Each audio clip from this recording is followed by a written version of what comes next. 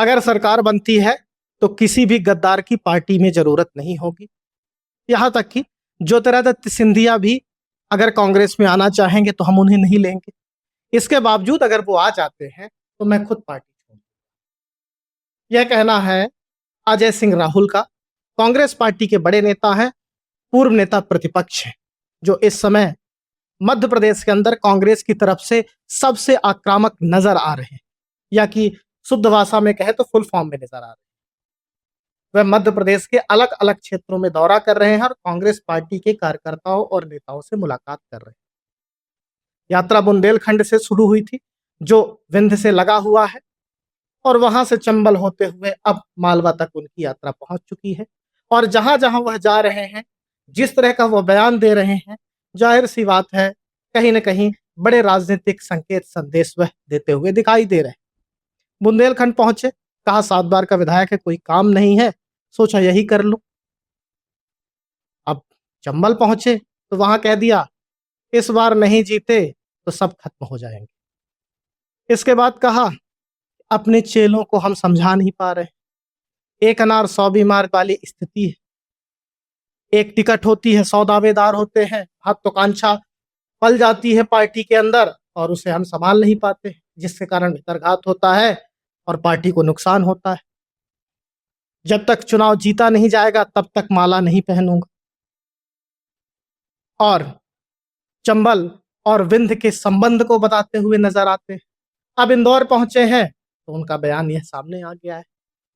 तो कुल मिला के अजय सिंह राहुल का ये जो फुल फॉर्म दिखाई दे रहा है, राजनीतिक गलियारों में इसके कई मायने निकाले जा रहे हैं, जिनका सीधा संबंध 2028 के विधानसभा चुनाव से भी नजर आता है और साथ ही साथ जो आने वाला राज्यसभा चुनाव है उससे भी नजर आता है।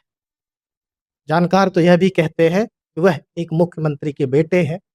2018 विधानसभा में हार हुई, लेकिन 2023 में वापसी हो चुकी है। इसके बाद जिस तरह से पार्टी में कहीं न कहीं संगठन में उन्हें प्रमुख जिम्मेदारी नहीं दी गई, उसके बाद वह पिछले कुछ महीनों से अब पुनः संगठन के अंदर और पार्टी के अंदर अपना दमखम जमाने के लिए, दमखम दिखाने के लिए फिर से वह जुट चुके हैं। 2018 में भी कहीं न कहीं वह सक्रियता उनकी दिखी थी और अब उन्होंने कहा कि इस बार भी वह सक्रिय हो गए हैं और इस बार पार्टी चुनाव जीतेगी। इसके लिए वह संगठन और कार्यकर्ताओं को एकजुट कर रहे हैं।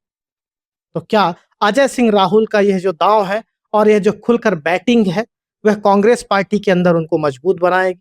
जिस तरह से 2028 के विधानसभा चुनाव को लेकर सीएम पद की दावेदारी की चर्चाएं होती हैं, तो क्या उनके पिता और उनकी जो राजनीति रही है वह उसके लिए उन्हें मजबूत बनाएगी?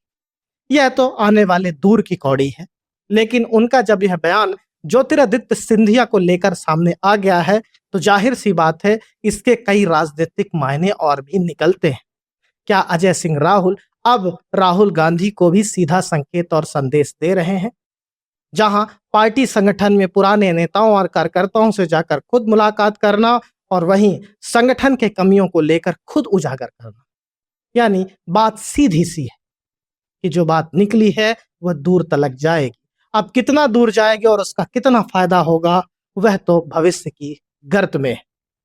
लेकिन जब यह खबर आई है तो सोशल मीडिया में मध्य प्रदेश के अंदर हलचल मची हुई है और इस पर क्रियाएं प्रतिक्रियाएं भी आ रही।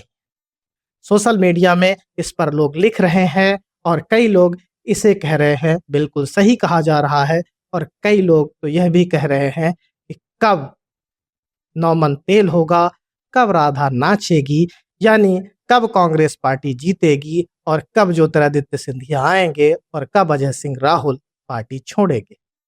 आप सबका इस खबर पर क्या कहना है कमेंट बॉक्स पर जरूर बताएं।